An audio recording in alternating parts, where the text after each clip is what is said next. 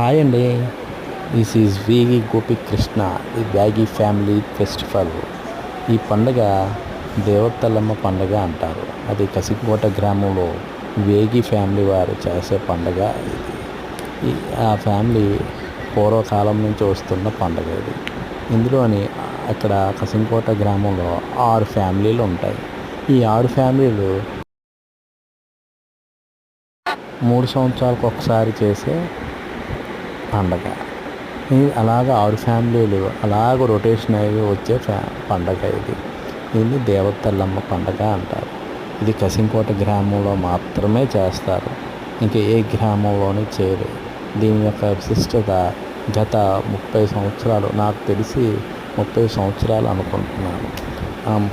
నాకు తెలిసి 30 సంవత్సరాలు ఇంకా ముందటి నుంచే చేస్తున్నారంట.